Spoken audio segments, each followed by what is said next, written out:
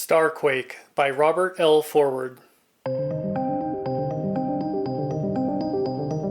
So a little while back on the channel, I read another book by Robert L. Forward called Dragon's Egg. And Starquake is the direct sequel to that book. You can go back and watch my Dragon Egg review if you'd like. I will talk briefly about this because it makes Starquake make a lot more sense. These books are also, I would say, not really light on plot, but a lot of the plot is given away if you just read the back of the books. So while some of this might sound like spoiler talk, it's really not if you've read the backs of these covers. So Starquake was copyrighted 1985, and Robert L. Forward was a real-life scientist, physicist. He did a lot of work in gravitational wave theory, and a lot of the research he did still holds up to this day. I listen to a lot of nonfiction, science-based audiobooks, and it's amazing how often Robert L. Forward is brought up, not only for his novels, which kind of imagine some of these ideas, but his actual work that he did too. He is very well respected in his field, and he was very, very intelligent, and it shows when you read these books. So in Dragon's Egg, we have a near future where humanity has spotted this neutron star coming by Earth, and they sent out a team of astronauts to go check on it. And when they get there, they discover that there's some life evolving on the surface of this planet. And this planet is hot. The gravity is 67 billion times stronger than that of Earth.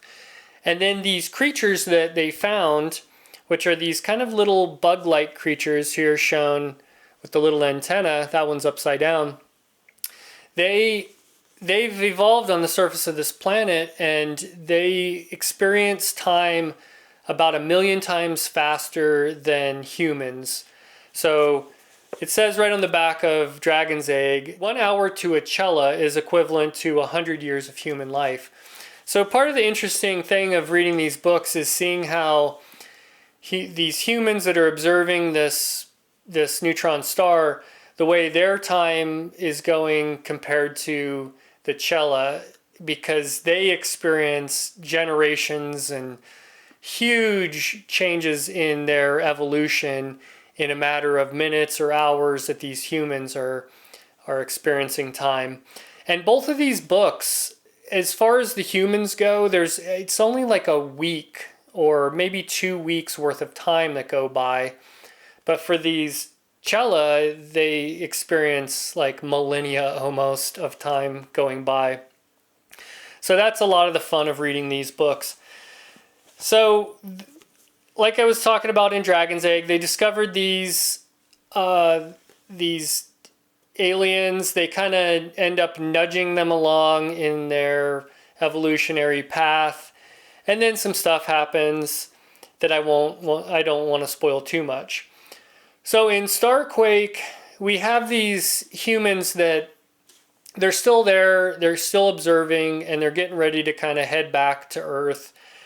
And a really fascinating part of these two books to me was the science on how the humans kind of took some local asteroids and some bodies, and they used those to create this mass so that they could get into an orbit around this star, this neutron star. And the way Robert Forward describes this is really interesting.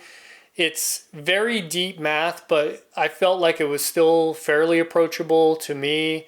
I spend a lot of time thinking about science and reading about it, so I understand some concepts.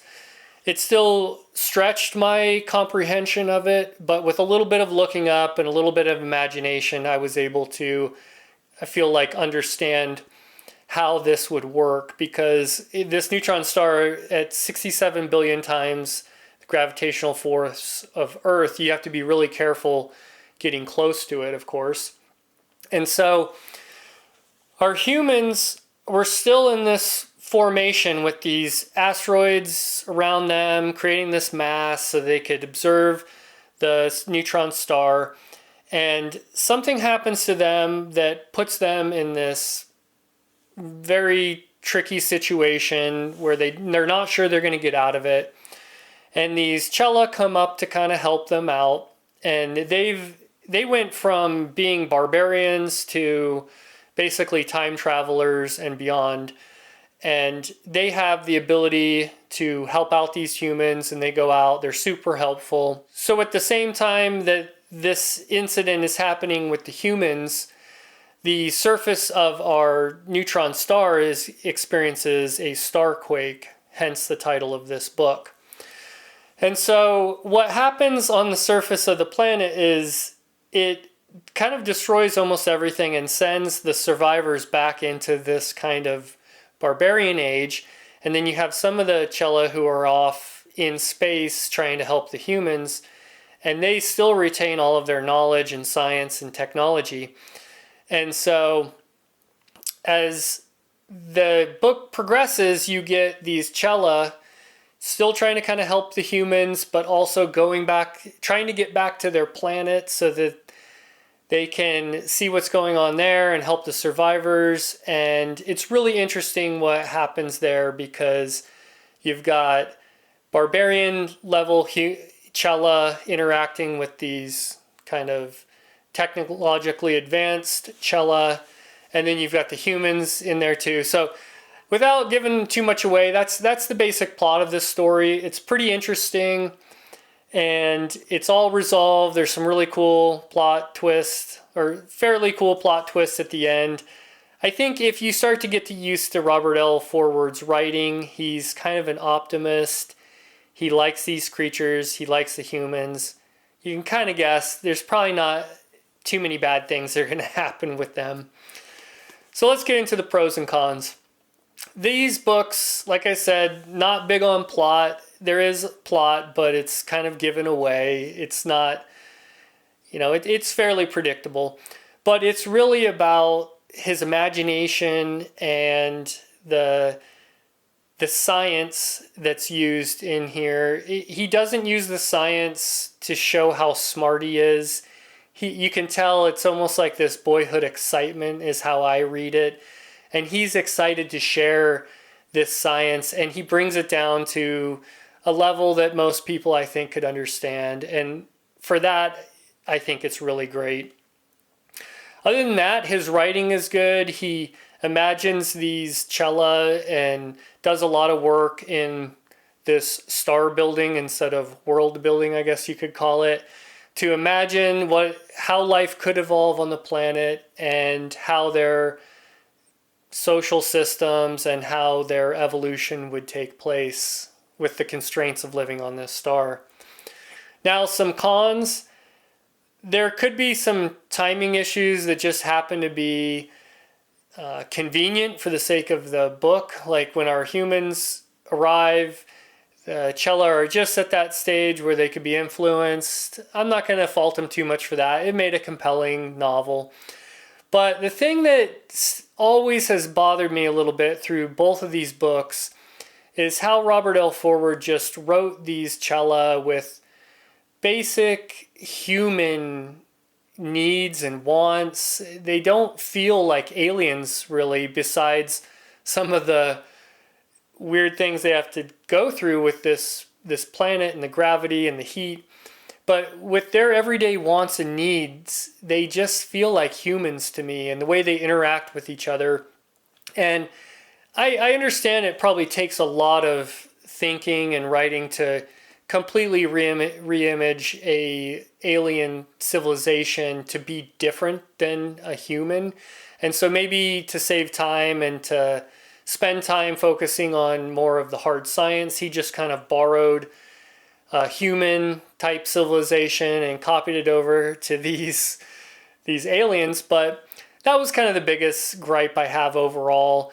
There was a section in this book where we got some day-to-day life, kind of slice of life for these Cheela that I kind of got bored with. I would say from maybe a third of the way into the book to almost 2/3 of the book. I wasn't that interested.